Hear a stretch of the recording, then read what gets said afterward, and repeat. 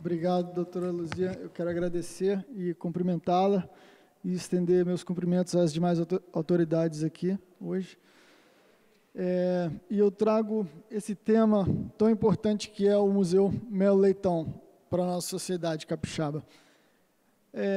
Assim que eu cheguei aqui na Assembleia hoje, eu me lembrei de alguns meses atrás, em dezembro de 2015, que eu estive aqui a convite do deputado Padre Honório e dos demais representantes da Assembleia, para receber uma homenagem ao meu pai, em função do 100º aniversário de sua vida, onde nós comemorávamos, então, esse passo simbólico importante na história, que foi o alcance de 100 anos de história de Augusto Husk, e recebendo, então, essa homenagem, esse reconhecimento de todos os deputados do nosso Estado, as autoridades, e hoje vindo aqui para tratar um tema tão próximo e tão oposto.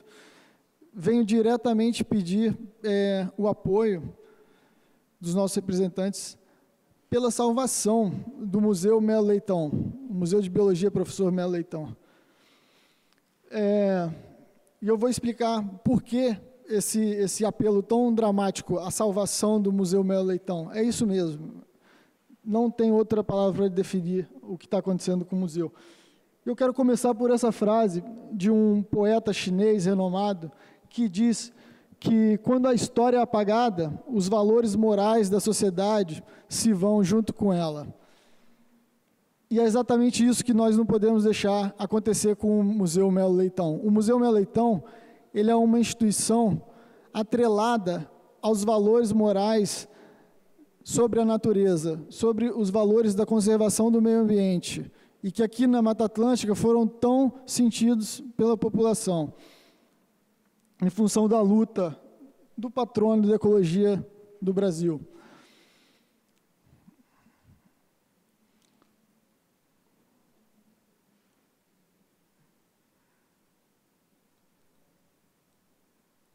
Bem, eu vou começar dizendo sobre a importância dos museus. Aqui nós temos duas definições de museu, de acordo com o Conselho Internacional de Museus e o Instituto do Patrimônio Histórico e Artístico, o IPHAN.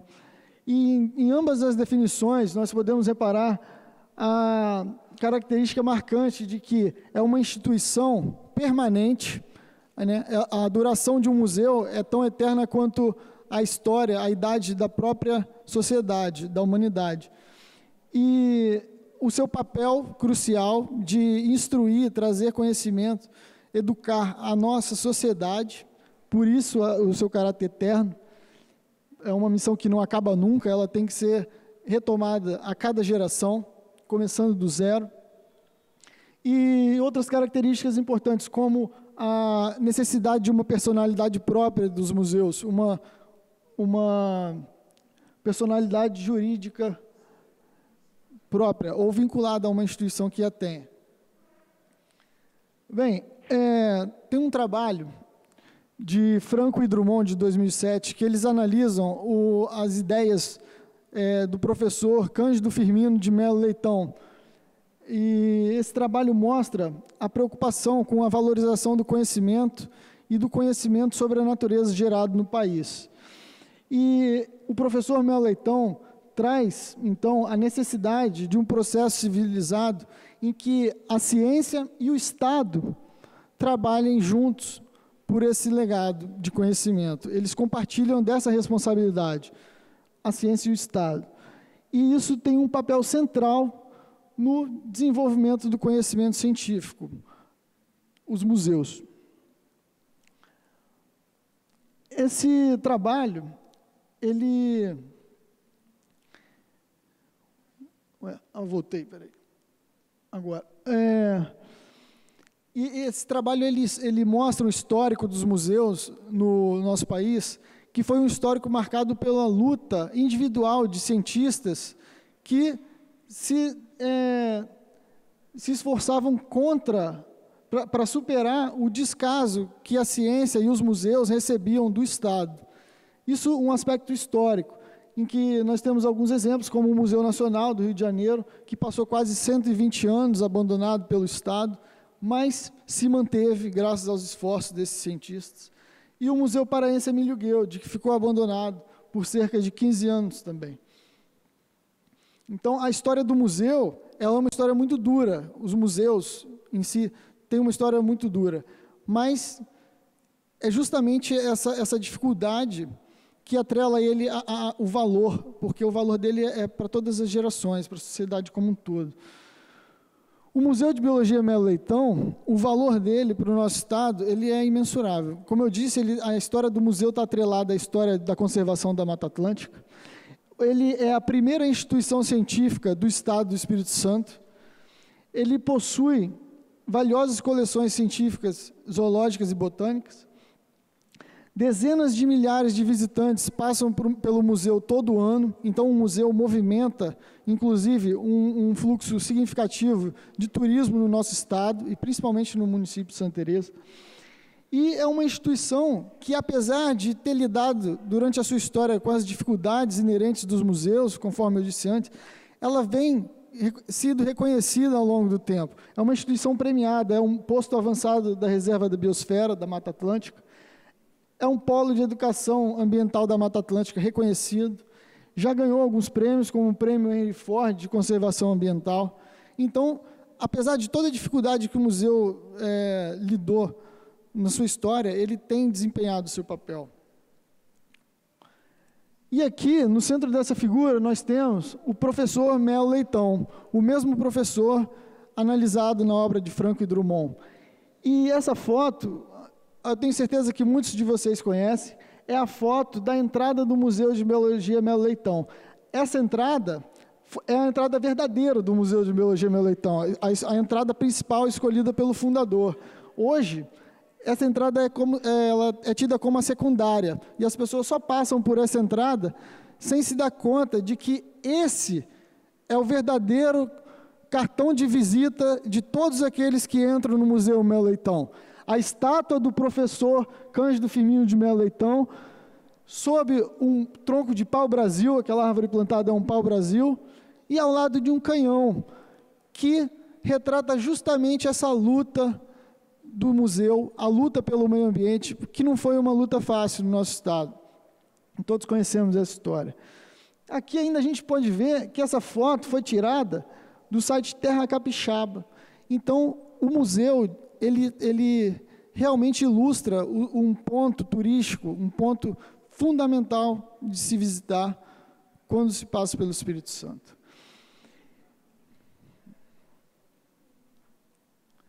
E o Museu Melo Leitão, do professor Cândido Firmino de Melo Leitão, ele está sendo, como eu disse no começo, ameaçado de ser extinto. E o que exatamente ameaça a extinção do Museu Melo Leitão? É o processo, alguns descuidos que foram continuados, apesar de nossos avisos. Eu não vou entrar em detalhes sobre quais foram esses descuidos que acarretaram essa insegurança jurídica em que o museu se encontra, né? Esse risco, essa iminência de extinção. Aqueles que quiserem mais informações sobre isso, eu me disponibilizo a prestar em outro momento. Mas hoje eu vou me prender ao nosso caso principal, que é a salvação do Museu Melo Leitão. Então, esse processo de vínculo, ele tem o tratamento de cientistas que vêm tratando com descaso esse pedaço da história da ciência capixaba, e hoje eu venho aqui pedir a ajuda do Estado pela salvação desse Museu Melo Leitão, desse nosso patrimônio. Então, revertendo aquele quadro antigo do histórico dos museus do Brasil, onde você tinha os cientistas lutando contra o descaso do Estado. Hoje eu vim aqui para reverter esse quadro, pedir ao Estado ajuda contra o descaso dos cientistas, porque é isso que está acontecendo com o Museu Melo Leitão e a sua iminência de ser extinto. Por que nós precisamos? Uma pergunta que eu me faço e peço que os senhores também se façam quando estiverem tratando do assunto é: por que nós precisamos acabar com a nossa própria história para criar um Instituto Nacional? Ninguém nunca me respondeu essa pergunta até hoje, desde 2013 no Museu Melo Leitão, quando começaram o trâmite de vínculo ao MCTI. O Instituto Nacional não pode se beneficiar de um museu de história natural? e um museu de história natural não pode se beneficiar de um Instituto Nacional de Pesquisa? Então, como se deu isso? O Instituto Nacional da Mata Atlântica, ou INMA, ele tem trazido dois problemas sérios ao museu: o formato atual da sua denominação. Uma é a transferência do patrimônio com a mudança do nome original, que, ao passo que cria um novo instituto, extingue o nosso Museu de Biologia Melo Leitão, que, como nós vimos, é um museu de história natural, é uma instituição permanente, imutável, ela não tem vantagem social, é um crime contra a sociedade extinguir um museu. Você pode ir daqui a 500 anos em Londres e você vai visitar o Museu de História Natural. E outro problema associado a isso, além da pulverização da história capixaba, ao se extinguir o museu, é a criação de um novo instituto. Por quê? Porque, como nós vamos ver a seguinte, essa criação vem gerando uma insegurança muito grande, uma insegurança jurídica ao próprio instituto, que ainda não foi criado e que, porventura, pode ser criado, e uma insegurança jurídica ao Museu Melo Leitão, que vem sendo extinto, e, no caso da não criação de um instituto nacional, além de extinto, pode entrar numa espécie de limbo. Nós vamos ver isso agora. Esse tipo de insegurança. Bem, a mudança, o MCTI, ao longo dos últimos anos, sofreu a mudança de diversos gestores, e tudo isso tem a ver com a mudança do planejamento desse ministério. Em especial, a Lei 12.954 é a lei que regulamenta o Instituto Nacional da Mata Atlântica, e é a mesma lei que, ao regulamentá-lo, extingue o Museu de Biologia Melo Leitão. Essa lei, ela vem sendo defendida como a solução para todos os problemas, o milagre para esse problema, e isso é absolutamente inverídico. Pelo contrário, essa lei, ela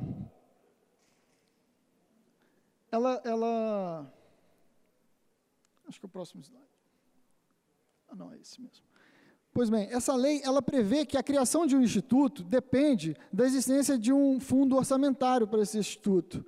E, na verdade, esse fundo não extingue. Então, a regulamentação dessa lei, sem a existência prévia de um fundo, de onde possam vir os pagamentos dos cargos, por exemplo, a funcionalidade verdadeira do instituto, digamos, ela não acontece, porque regulamentar vai engessar a situação do Museu Melo Leitão.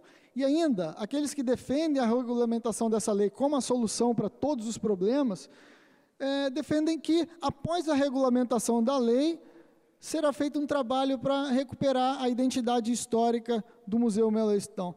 Ora, como pode isso? A lei que extingue o Museu Melo Leitão é a mesma lei? Então, extinguir o Museu Melo Leitão vai trazer uma segurança para recuperar esse apagamento da história? Mas como que isso tudo acontece? É melhor a gente falar um pouco do MCTI para entender de onde vêm esses problemas. O movimento que defende a criação do Instituto Nacional da Mata Atlântica, acima de tudo, com a regulamentação como a solução para todos os problemas, ele tem tratado esse atraso desse processo, que já dura alguns anos agora, como uma simples indisponibilidade política, como se fosse uma má vontade política, até mesmo cobrando dos senhores da bancada capixaba ações para acelerarem o processo de criação do Instituto Nacional da Mata Atlântica. Mas o problema, ao meu ver, é muito mais embaixo do que indisponibilidade política.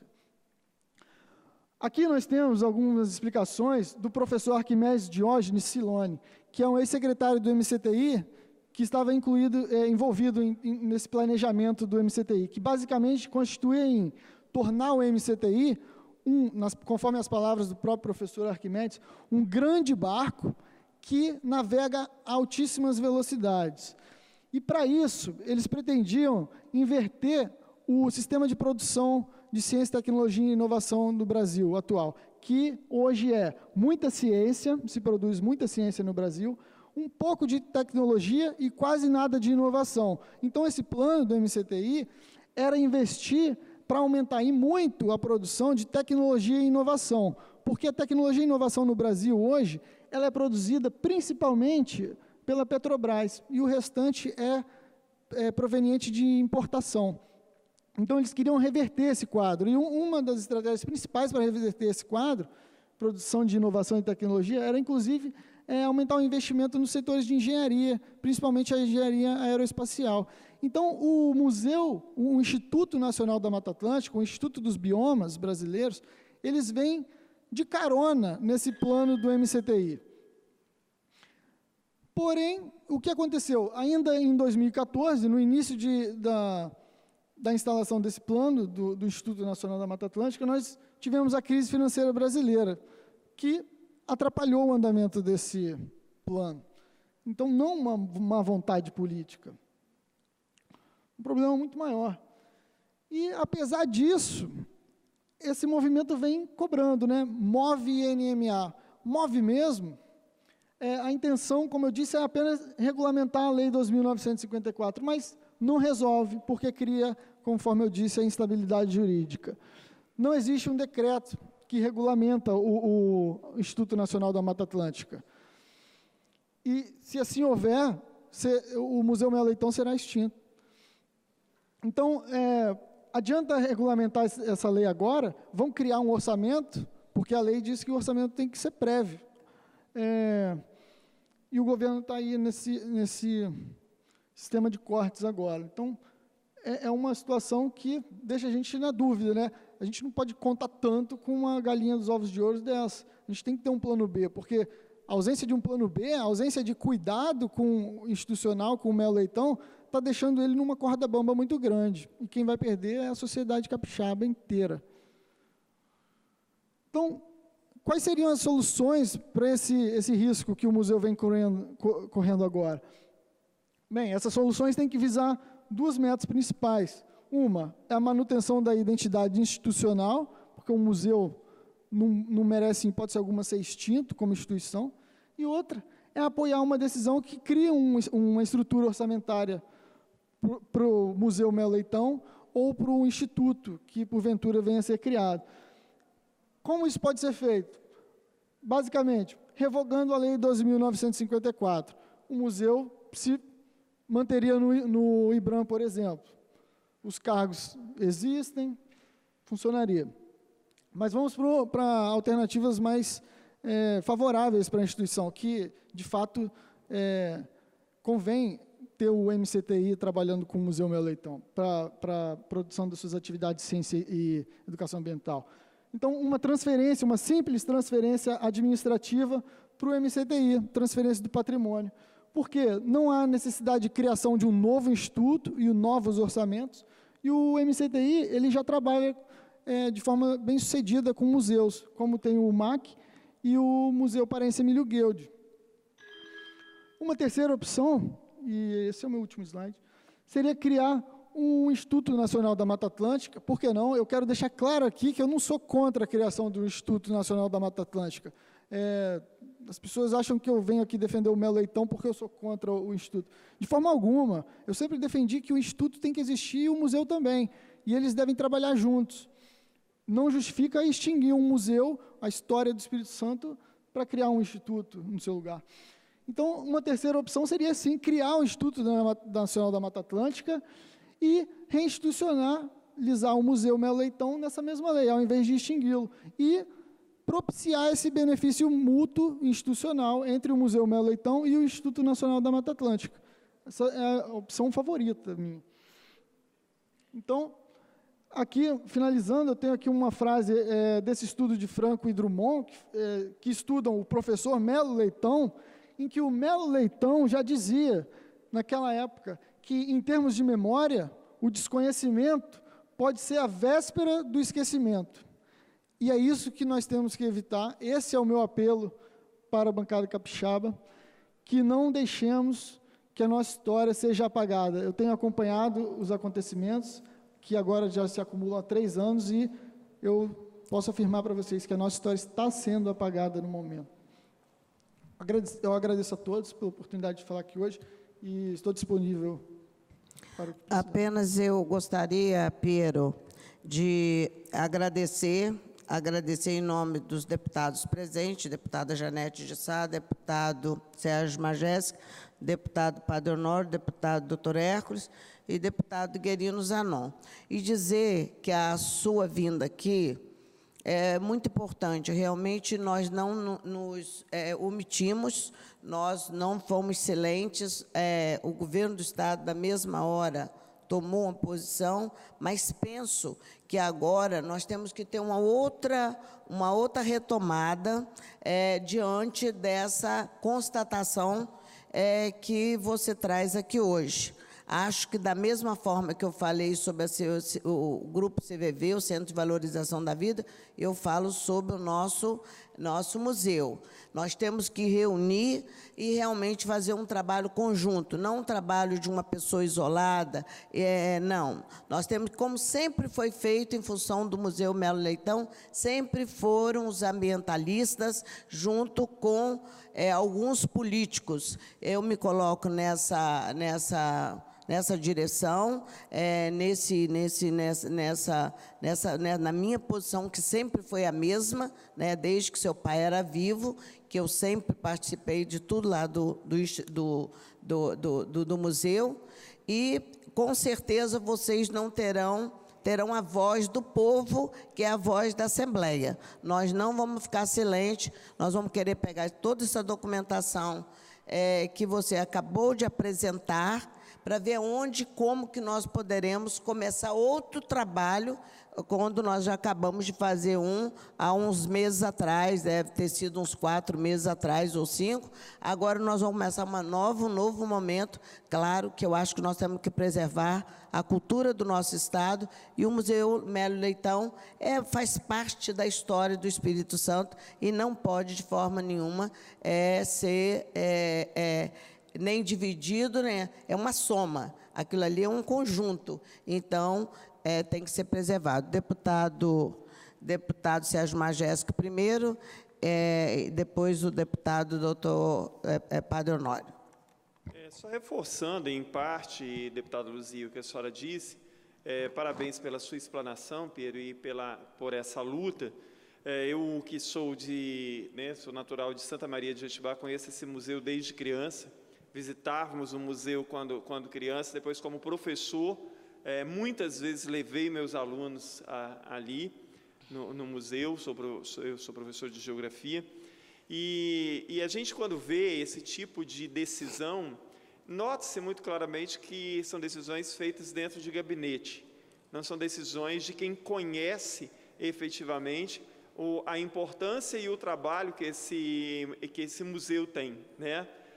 Hoje, para além da questão do aspecto cultural, né, o que esse museu representa, mas o que representa em termos de ciência, né, o que esse museu representa e todo o trabalho que ali já foi feito. Então, parabéns, e me coloco à disposição, como a deputada Luzia já disse, né, a Assembleia está à disposição nessa luta. E obrigado pela sua explanação. Eu agradeço. Muito obrigada, deputado Sérgio Majestic. Deputado Padre Honório. É só parabenizar o Piero, a luta que o pai teve para trazer toda a consciência ambiental, não apenas para Santa Teresa, mas para o país e para o mundo. Parabenizar a sua mãe, que está ali, que é uma guerreira que conduz aquele museu com a presença, com uma ideologia realmente muito forte, preservando a memória do Augusto Rusque. Tive a oportunidade de ser diretor da escola e nós criamos, na época eu era diretora, o curso de Ciências Biológicas, licenciatura e bacharelado, inspirado lá na presença do museu. Esse foi o motivo de nós termos criado o curso de Ciências Biológicas, né? Pela importância que tem. Fechar o museu significa fechar Santa Teresa, porque a principal referência do município de Santa Teresa é aquele museu.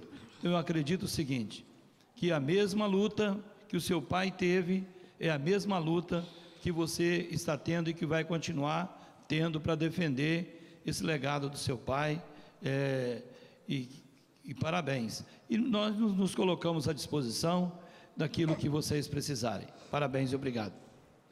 Concluindo, eu quero mais uma vez agradecer a sua vinda a esta casa, Piero, que me surpreendeu com a sua palestra. Você fez uma palestra sobre a situação deste momento que o museu está vivendo.